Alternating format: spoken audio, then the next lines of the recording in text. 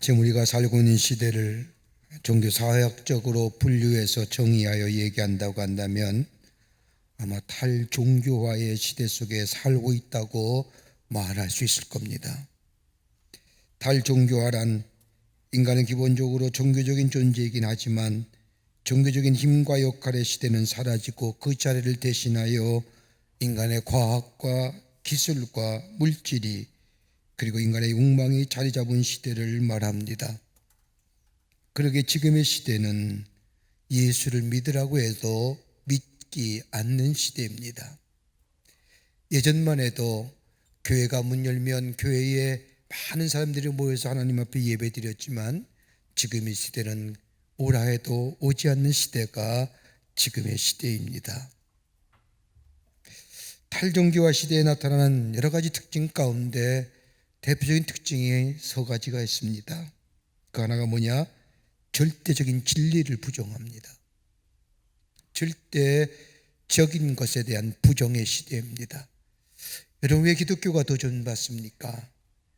하나님이 절대자 되시고 말씀이 절대적인 진리라는 것에 대해서 세상의 사람들이 받아들이지 않기 때문입니다.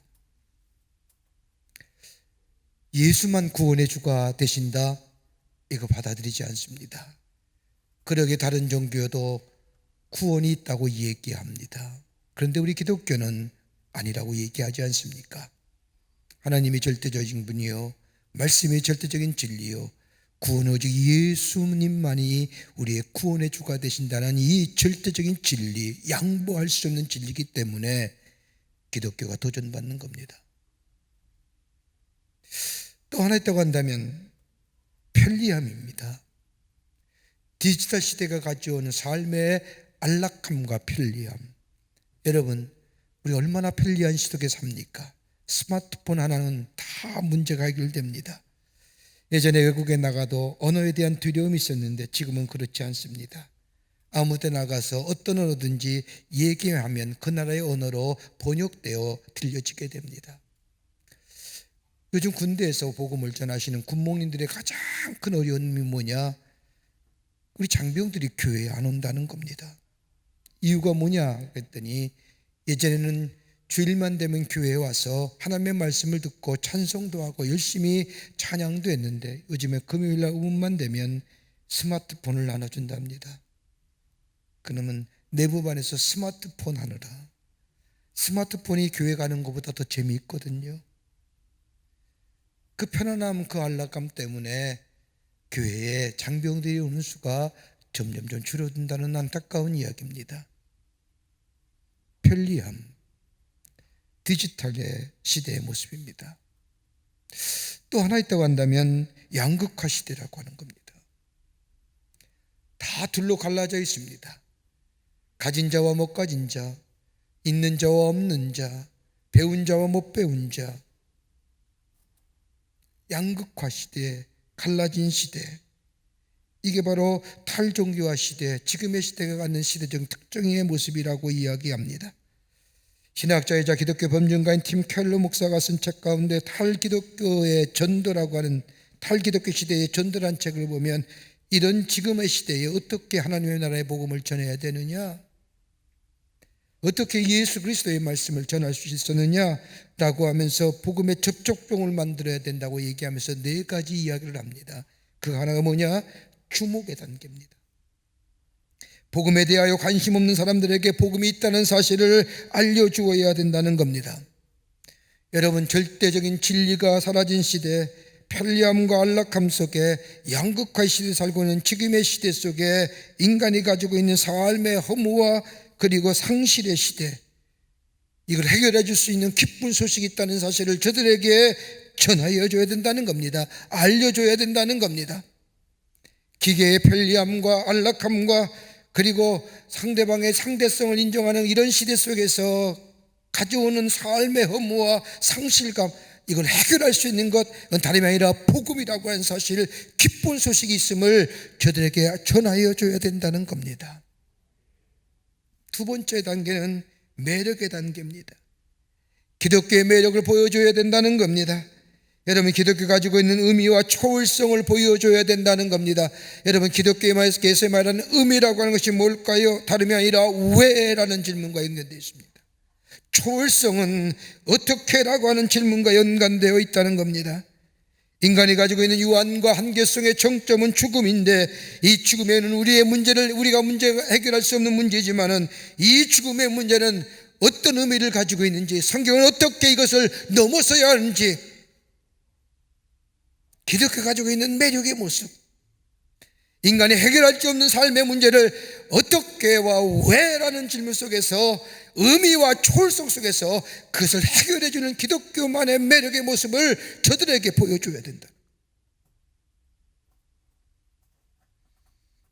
또 하나 있다고 한다면 세 번째 단계는 예증의 단계입니다. 세상을 살면서 우리 삶 속에 일어나는 질병의 문제나 고통의 문제나 평화의 문제 등, 아무리 인간의 과학과 기술과 첨단의 문명이 발달했다 할지라도 해결하지 못하는 이 삶의 가장 근본적인 문제를 설명해 줄 수 없는, 그러나 신앙적 차원에서 그것을 설명해 줄 수 있어야 되는, 왜 인간이 고통을 당하느냐, 왜 인간이 삶에 있어서 질병이 있느냐, 이 질병과 고통의 문제, 평화의 문제를 신앙적 차원에서 설명해 줄 수 있어야 된다는 겁니다. 네 번째 단계는 확신의 단계입니다. 이 복음이 나에게 기쁜 소식이요, 나의 삶에 있어서의 문제를 해결해 주었고, 나의 고민을 해결해 주었고, 나의 유한성과 나의 한계성을 넘어서게 했으며, 나로 하여금 기쁜 소식 속에 내 삶의 근본적 문제가 해결됐음을 내 스스로가 체험하고 경험하고 내가 증거가 되어야 된다는 것, 이것이 나의 간증이라고 얘기될 수 있는 예증의 단계가 되어야만이 이 탈종교화 시대에 복음을 전할 수 있다.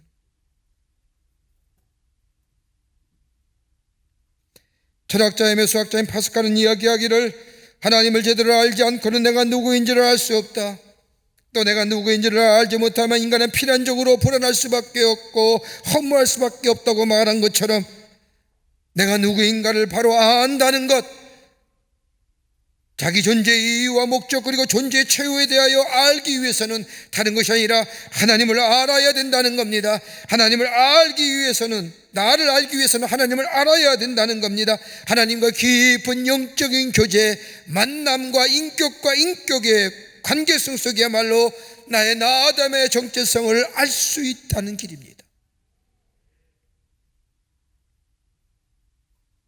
오늘 우리가 함께 읽은 본문의 말씀은 예수님께서 제자들을 세상에 보내시면서 하신 말씀입니다. 그래서 마태복음 10장의 말씀을 가리켜서 파송장이라고 말합니다. 하나님의 백성의 정체성에 관한 말씀이기도 하지만, 예수님께서 당신의 제자들 세상에 보내시는 파송의 말씀입니다. 근데 마태복음 10장 1절의 말씀 읽다 보면 세 가지의 중요한 단어가 발견됩니다. 마태복음 10장 1절의 말씀을 보면 예수께서 그 12제자를 부르사 더러운 귀신을 쫓아내며 모든 병과 모든 악한 것을 고치는 권능을 주시느니라. 세 가지의 귀한 단어가 나옵니다. 하나는 부르시고, 하나는 주시고, 하나는 보내시고. 영어의 성경에 표현하면 calling 하셨고, giving 하셨고, sending 하셨다. 예수님께서는 12제자를 부르신 다음에 저들 속에 귀신을 쫓고 병을 고치는 능력을 주시고, 능력을 주실 뿐만 아니라 저 잃어버린 양들에게 가서 복음을 전하라고 보내셨다는 겁니다. 이렇게 본다면 제자들은 부르심을 받은 자요, 능력을 받은 자요, 그리고 보내심을 받은 자가 됩니다. 이것이 바로 예수님의 제자들의 정체성입니다. 제자들의 정체성일 뿐일까요? 오늘 이 시대에 살고 그리스도인의 우리들의 정체성도 바로 여기에 있습니다. 하나님 우리를 불러주셨습니다. 내가 거기에 응답했습니다. 그리고 세상을 이길 능력을 우리에게 주셨습니다.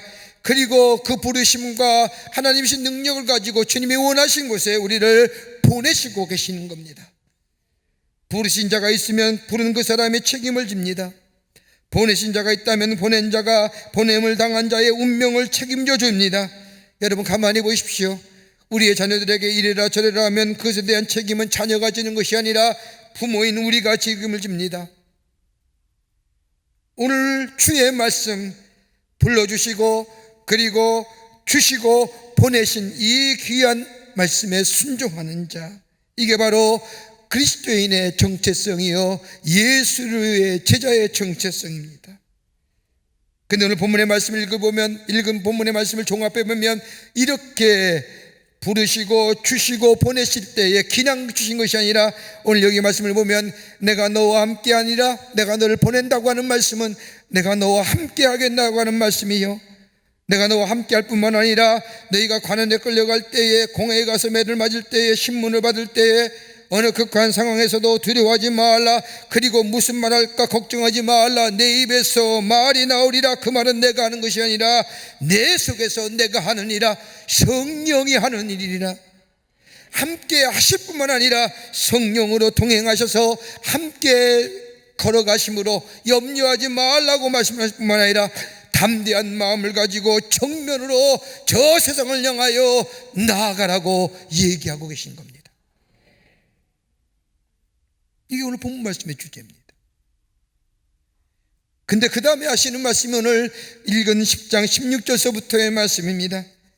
이렇게 우리를 부르시고 주시고 보내신 우리 예수님 16절의 말씀을 보면 내가 너희를 보냄의 양의 이리 가운데 보냄과 같도다라고 말씀합니다. 부르시어 권능을 주시고 하나님의 나라의 기쁜 소식을 전하기 위해서 보내시는데 많은 사람이 듣기 좋아하는, 정말 듣기를 원하는 사람, 정말 하나님의 말씀이 전파될 때 마치 스폰지처럼 받아들이는 사람, 그런 사람들에게 가서 복음을 전하게 하신 것이 아니라 오늘 여기 말씀을 보면 이리 가운데 보내신다고. 왜 굳이 이리 가운데 보내실까요? 왜 굳이 하나님은 우리를 이리 가운데 보내실까요? 성경은 이것이 우리를 향한 하나님의 사랑이라는 겁니다. 여러분, 이스라엘 사람들, 특히 히브리인들의 자녀 교육을 보면 어머니의 사랑에는 두 가지 것이 있다고 합니다. 하나는 돌봄입니다. 신체적으로 건강하게 잘 자랄 수 있도록 돌봄입니다. 케어하는 겁니다. 또 하나 있다고 한다면 세워줌입니다. 빌드업하는 겁니다. 잘 돌봐줄 뿐만 아니라 자녀들의 소질이나 자녀들의 재능을 잘 세워지도록, 잘 살려서 훌륭한 성숙한 인격의 소유자 되도록 세워줘가는 것. 자녀의 미래를 생각하며 자녀를 세워가는 것입니다. 여러분, 그래서 자녀들의 입맛도 어머니가 만드는 것이요, 습관도 어머니가 만드는 것이요, 신앙도 어머니가 가르친 것이라고 말하는 이유가 여기에 있는 겁니다. 세워져 가게 하는 것. 여러분, 예수님의 제자들 보십시오. 예수님의 제자들이 신학을 공부해서 하나님 나라의 복음에 대하여 변증을 할 수 있는 사람도 아닙니다. 예수님으로부터 부름받은 지도 얼마 되지 않았습니다. 구원된 백성으로서의 믿음도, 하나님의 나라에 대한 확신도, 더 나아가 예수님께서 하나님 나라에 말씀하실 때 하나님 나라가 무엇인지도 알지 못하는 사람들, 그런데 이들을 하나님이 부르셔서 주시고 그리고 저 세상을 향하여 오늘 말씀대로 가면 이리와 같은 세상으로 보내신다는 것은 다름이 아니라 저들의 믿음을 견고하게 하시고 저들을 하나님의 사람으로 세워주실 뿐만 아니라 저 세워주심을 통하여 이 땅에 하나님 나라의 복음이 널리 확장되기 위한 하나님의 특별한 계획이요, 하나님의 사랑하심의 방법이라는 겁니다. 그러지 않습니까? 자녀들 사랑하면 힘든 일도 시키고 고생도 시키고 어려운 일도 겪어하고 사랑하시기. 여러분, 지금 우리가 사는 세상은 어떤 세상일까요? 진리가 부정당하는 시대요, 참과 거짓이 구분되지 않는 세상이요, 그뿐 아니라 물질이 중심이 되는 세상이요, 물질이 없으면 인간도 아닙니다. 물질이라는 것이 없으면 역할을 할 수 없을 정도로 제도와 시스템이 우리 주변을 감싸고 있습니다. 물질이 마치 심처럼 되어버린 세상. 그뿐 아니라 이 세상의 이데올로기들이 사상과 생각과 마음을 빼앗아가 버립니다. 우리의 지성과 이성을 변해버리고 만듭니다. 순수한 마음과 정성을 변질시킨 시대 속. 드라마나 뉴스를 보면 나도 모르게 자연스럽게 주님을 찾게 되고 찬송과 기쁨이 있는 것이 아니라 흥분하게 만들고 세상을 원망하게 만들고 증오와 분노가 가득 찬 이 세상들, 참소하며 마음에 상처 주며 이 세 속에 예수의 사람으로 산다는 게 쉬운 일이 아닙니다. 그럼에도 불구하고 부르셔서 권능을 주시고 우리를 이 세상 가운데 보내신 이유가 뭘까요?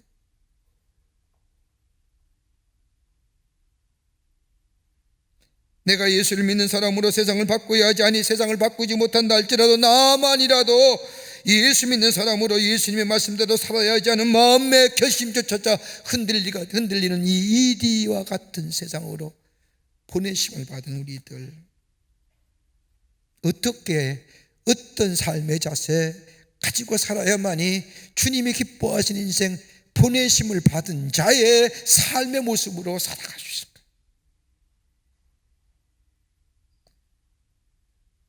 오늘 함께 말씀을 나누며 함께 기도 제목을 삼고 다시 한번 결단하기를 간절히 소망합니다. 첫째는 뭐냐? 양 같은 존재로 보내심을 받은 자들이라는 겁니다. 우리 양 같은 존재입니다. 마태복음 10장 16절 말씀을 보면 보라 내가 너희를 보내며 양을 이리 가운데 보냄과 같도다. 성경에 나오는 동물 가운데 가장 대표적인 동물을 들라고 한다면 양일 겁니다. 제단의 제물로 드려지는 동물이요, 양은 목자 없이 살 수 없는 동물로 하나님과 우리의 관계를 얘기할 때에 양과 목자의 관계로 우리를 설명하는 그 양. 근데 성경에 나타난 양은 어떤 동물입니까? 몇 가지로 나눠보면 천성적으로 착한 동물입니다. 순진하고 약한 동물뿐만 아니라 단순하기까지 합니다. 그리고 무능합니다. 양은 뿔도 없습니다. 사나운 뿔도 가지지 않았습니다. 날개도 없을 뿐만 아니라 양에게는 다른 동물을 해칠 만한 독도 없습니다. 그저 순진하고 약하고 성정형입니다. 그래서 예수님께서 우리들 양으로 비유한 것은, 가장 중요한 것은 양에게 있어서는 반드시 목자가 필요하다는 겁니다. 목자가 없으면 길을 잃어버립니다. 방향이 상실되어 갑니다. 언제 어디에 위험에 도사려 위험에 빠질지 모릅니다. 그러게 양은 늘 목자의 뒤를 따라갑니다. 목자를 신뢰합니다. 요한복음 10장 3절의 말씀처럼 양은 그의 음성을 듣나니 그가 각기 양의 이름을 각각 불러 인도하여 내리라는 말씀처럼 이 양은 목자의 음성을 압니다. 그리고 목자의 음성을 듣고 따라갑니다. 이것이 양의 특성입니다. 예수님이 여기 양 같은 존재라고 얘기하는 것은 다름이 아니라 바로 우리의 존재의 문제를 얘기하는 겁니다. 양 같아야 된다는 겁니다. 이 존재가 절대로 변하거나 바뀌어서는 아니 된다는 겁니다. 끝까지 양된 존재를 지켜가야 된다는 겁니다. 세상이 곤두박질하고 썩어져 빠져든 간에 양이 되어야 한다는 겁니다. 이 신분의 변화가 없어야 한다는 겁니다. 여러분, 우리가 예수를 믿어 구원받았습니다. 하나님의 은혜입니다. 우리의 신분이 달라졌습니다. 예수 믿기 전에 내 삶이 내가 내 삶의 주인처럼 알고 내 마음대로 살고 내 뜻대로 내 소견대로 살았습니다. 그러나 내가 예수를 믿고 난 후에 내 삶의 자리가 달라졌습니다. 더 이상 내가 내 삶의 주인이 아니라 예수님이 나의 삶의 주인이 되옵니다. 신분의 변화가 일어났습니다. 나는 이 땅에 속한 사람이 아니라 저 하늘에 속한 사람이요, 땅의 백성이 아니라 저 하나님의 백성이란 내 신분이 달라졌습니다. 신분이 달라지니 내 삶의 양태가 달라졌습니다. 사고하는 것도 달라졌습니다. 매번 부정적이고 매번 염세적으로 바랐던 삶이, 복음 관점이 구원론적인 가점으로 그리스도 중심의 가치관으로 바뀌어졌습니다. 내 안에 들려오는 나의 음성을 들어왔던 내가 이제는 주의 음성을 듣고 그의 인도하심을 따라가는 삶이 되었습니다. 이 신분, 이 존재 변하지 말아야 된다는 거예요. 교회에 나와서는 예배드릴 때 다 양 같은 존재입니다. 고백하지요. 내 삶의 주인은 예수님이십니다. 예수님이 나의 삶을 인도해 주십니다. 고백하며 그렇게 되기를 간구하고 교회 문을 나서는 순간 예수가 나의 삶의 주인이 아니라 내가 내 삶의 주인 되어 가진 우리의 삶의 변화라고 합니다. 변덕 안 된다는 거예요.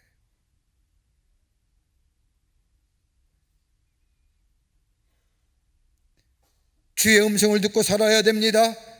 주의 음성 따라 살아야 됩니다. 우리가 잘 알고 있는 시편 23편의 말씀을 보면 내가 비록 사망의 음침한 골짜기를 다닐지라도 라고 하는 말씀이 있습니다. 비록 지금의 사망의 음침한 골짜기를 다닐지라도 여러분, 그 다음이 와야 이 문장 하나가 완성되는 겁니다. 목자의 음성을 따라 비록 내가 사망의 음침한 골짜기를 다닐지라도 해바람을 두려워하지 않을 것은 주께서 나를 인도하시는데 푸른 초장과 쉴만한 물가로 인도해 주시는다.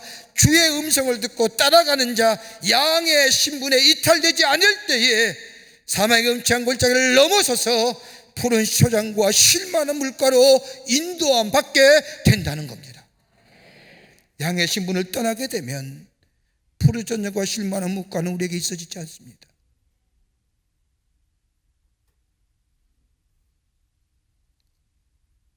마지못해가 아니라 목자의 음성을 알듯이 신뢰하는 마음으로 그 음성을 따라 살아가는 사람. 여러분, 하나님의 사람은 하나님의 말씀으로 사는 겁니다. 하나님의 말씀이 들려져야 거기에 구원이 일어나게 되는 겁니다. 믿음은 들음에서 나며 들음은 그리스도의 말씀이라고 하는 말씀처럼 하나님의 말씀을 듣게 될 때에 거기에 삶의 윤택함이 있고 깨끗함이 있고 저 세상을 이기는 능력의 역사가 거기서 일어나는 겁니다. 그러기에 주님이 우리를 저 이리 같은 세상에 보내신 것도 하는 것이 아니라 내가 양의 신분으로 목자 되신 주의 음성에 주의 말씀에 귀 기울이며 그의 말씀 따라 사는 삶이 될 때에 비로소 그의 삶 속에 하나님이신 놀라운 은혜가 임하며 세상을 이기게 하시며 나를 통하여 역사하시는 놀라운 일들을 통하여 예수가 구원의 짐을 이 세상 가운데 증거하는 하나님의 백성의 삶으로 살아가게 된다는 겁니다. 이 고백을.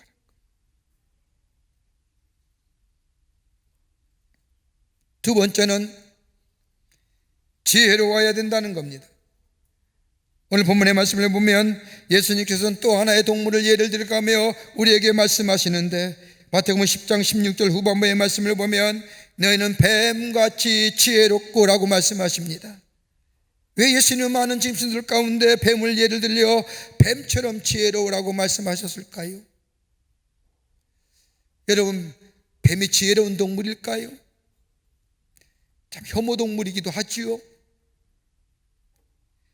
근데 성경의 말씀을 보면 뱀이란 동물은 사탄과 마귀의 대표적인 동물로 쓰여지고 있지만 히브리인의 사고에 의하면 뱀은 혀가 두 개로 갈라져서 말을 잘한다고 생각했답니다. 여러분, 창세기에 나오는 에덴 동산에서 뱀이 유혹할 때에, 하와를 유혹할 때에 하와가 귀가 얇아서 아니면 마음이 약해서 뱀의 유혹에 넘어간 것이 아니라 뱀의 말을 들으면 속아 넘어갈 정도로 탁월한 말솜씨 덕분이었다고 합니다. 어느 누구라도 뱀의 유혹에 넘어가지 않을 수 없을 정도로 탁월한 말솜씨를 가진 것이 뱀이 가지고 있는 상징성이라는 거예요. 여러분, 예수님께서 바리새인과 서기관들을 향하여 질책하실 때 이 독사의 자식들아 라고 질책하시지 않습니까? 여러분, 뱀처럼이라고 하는 이야기는 말씀을 연구하는 사람이요, 배우는 사람이요, 지혜로운 사람이요, 탁월한 사람이요, 말과 생각과 행동의 모든 면에서 뛰어난 사람을 가리킬 때에 뱀처럼이라고 얘기하는데 저 서기관과 바리새인들 뱀인데 악한 독을 가진 뱀, 사람을 넘어뜨리게 하며 시험 들게 하며 쓰러뜨리게 하며 그러게 저 서기관과 바리새인들 향하여 독사의 자식이라고 했죠.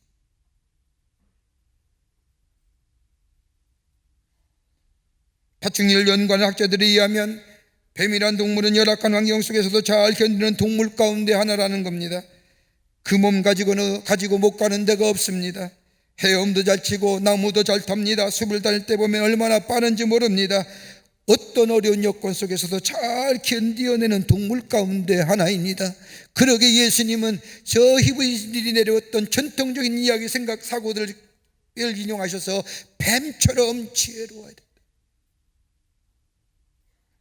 여러분, 지혜는 어디서부터 옵니까? 우리가 배우고 경험되는 것이 지식이라고 한다면 지혜는 위로부터 즉 하나님과의 관계성에서 얻어지는 것이 지혜입니다. 여러분, 지식이 많다고 해서 지혜가 많은 것 결코 아닙니다. 그리고 배운 지식이 부족하다고 해서 지혜가 없는 것이 아닙니다. 하나님과의 깊은 영적인 교제와 인격적인 관계가 있어지게 될 때에 위로부터 내리는 지혜가 있어지게 되고, 거기에 바른 판단력과 분별력과 더불어 그의 인생이 균형 잡힌 인생으로 살아가게 됩니다. 쏠리는 인생이 아니라 치우치는 인생이 아니라 균형 잡힌 인생으로요, 바른 선택과 바른 분별력을 가지고 바른 결단하며 사나요. 굴곡진 지식이 아니라 왜곡된 지식이 아니라.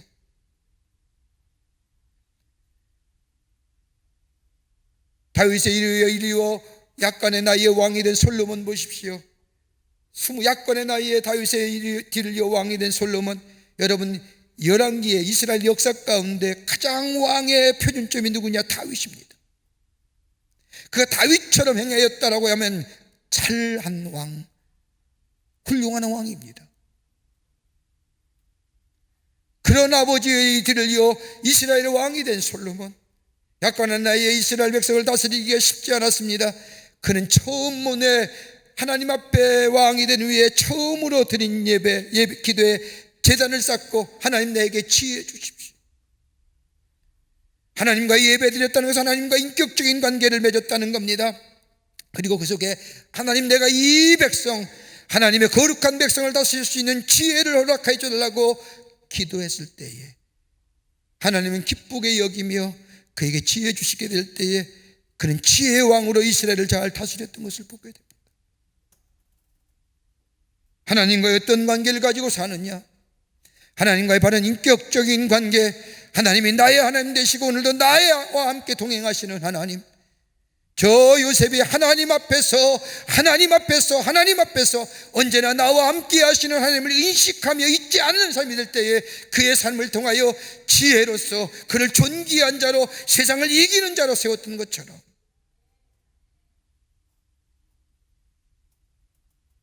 하나님을 인식하며 잊어버리지 아니하며 하나님과 인격적이며 하나님과 늘 대화하며 살아가는 잘 될 때 하나님이 위로부터 내리는 지혜가, 그 지혜가 그로 하여금 담대한 자로, 저 옥중에 저 관원에 끌려가고 저 사람들에게 넘겨주고, 그래서 무슨 말 할까, 어떻게 얘기할까, 그럴 때에도 성령이 그의 삶을 주장하시어 위로부터 주시는 지혜로 말하게 하시는 역사.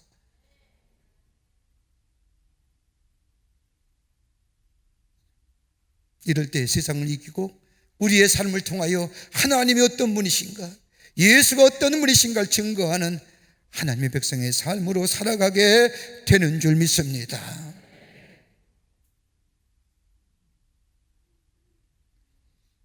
끝으로 순결함이 있어야 됩니다. 예수님은 또 하나의 동물을 통하여 그리스도인의 삶의 자세가 어때야 되느냐, 저 세상에 보내신, 이리 같은 세상에 보내신 하나님의 백성의 삶이 어떠한 삶의 모습이 되어야 하나 가르쳐주는데 순결함이 있어야 된다고 합니다. 마태복음 10장 16절 말씀에 비둘기같이 순결하라고 말씀하십니다. 여러분, 비둘기라고 하면 이분들에게 있어서는 정절을 얘기합니다. 순결함을 얘기합니다. 여러분, 비둘기는 한번 짝을 맺으면 영원히 그 짝과 함께 산다고 합니다. 수컷이 죽은 후에도 끝까지 정절을 지키는 동물이 비둘기라고 합니다. 요즘은 비둘기가 혐오 동물, 이렇게 지저분하게 만드는 동물 이렇게 취급하지만, 성경에 나타난 비둘기는 평화의 상징이기도 하지만은 정결, 순결의 모습을 얘기합니다. 하나님이 죄악이 관영한 세상을 홍수로 심판하신 후에 노아의 홍수에 암수 한 쌍씩 다 동물을 집어넣고 물이 다 가라앉을 즈음에서 이 노아의 배에서 저 첫 번째는 까마귀를 내보냅니다. 까마귀는 날아가더니 돌아오지를 않는 겁니다. 뒤를 이어 비둘기를 내보냈더니 한 바퀴 돌더니 잎사귀를 물고 돌아오더라는 겁니다. 왜 안 돌아왔을까? 까마귀가 왜 안 돌아왔을까요?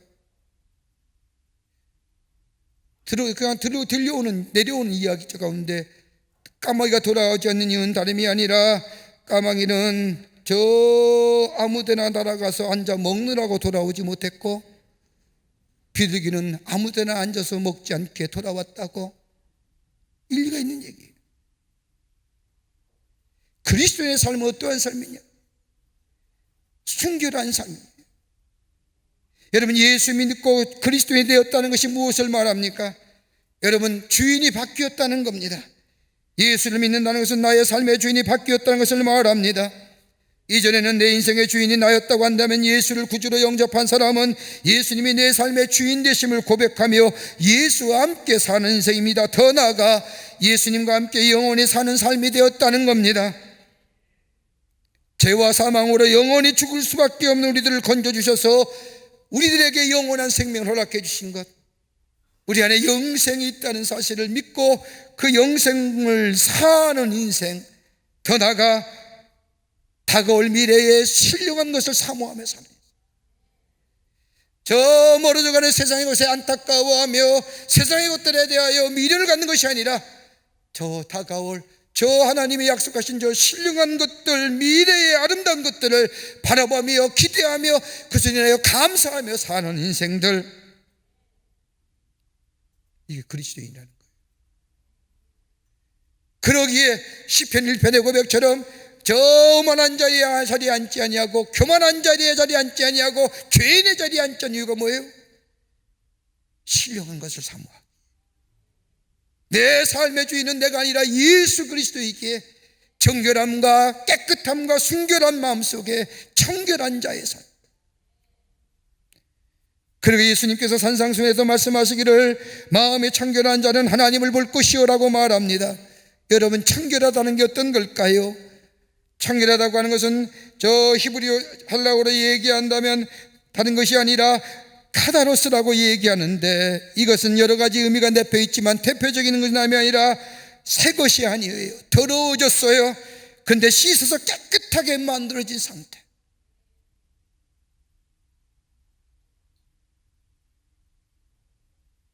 신령한 것, 정결한 것, 그리고 깨끗한 것.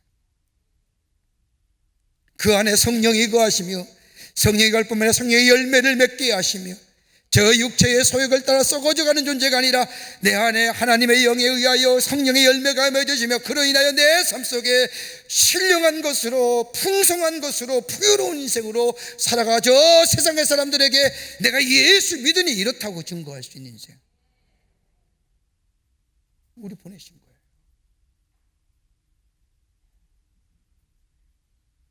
이런 이야기가 있습니다. 예수님께서 부활 승천하신 뒤에 초대교회의 핍박이 심해지자 하늘나라에서 이를 살펴보던 예수님과 천사 가브리엘이 이런 대화를 나누었다고 합니다. 가브리엘이 세상을 가만히 들여다보니까 예수를 믿는 사람들이 핍박을 당하고 그리고 나약해지고 쓰러지기도 하고 죽어갑니다. 세상에 돌아가는 모습에 걱정이 되니 가브리엘이 예수님께 이렇게 얘기합니다. 예수님이 내려가셔서 참으로 고생도 많이 하고 하나님 나라의 복음을 저렇게 열심히 전했는데 그 귀한 역사가 시원치 않은 제자들 몇몇으로 인하여 계속되어질 수 있을까요? 예수님이 하신 그 큰 거룩한 구원의 역사 헛것이 되면 어떻게 됩니까? 우리가 천사 몇줄 다시 보내요 전도하게 할까요? 라고 이야기하자 예수님께서 자신으로저 이렇게 말씀하시더라는 겁니다. 이봐, 나에겐 다른 계획은 없어.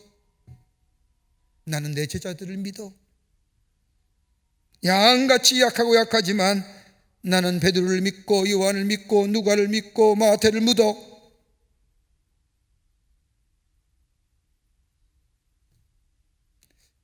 오늘 우리 주님이 우리한테 하시는 말씀은 아닐까요? 우리의 존재가 달라졌습니다. 우리의 신분이 달라졌습니다. 양의 신분, 이거 잊어버리지 말아야 됩니다. 들려오는 주의 말씀을 따라 살아야 됩니다. 음성 따라 살아야 합니다. 그리고 하나님과의 나의 깊은 인격적 교제 속에서 위로내는 지혜가 내 속에 있어야 됩니다. 거기에 삶의 균형과 삶의 바른 분별력과 판단력 속에 지혜 있는 자의 삶으로 하나님이 나와 함께 하심을 증거하는 인생이 됩니다.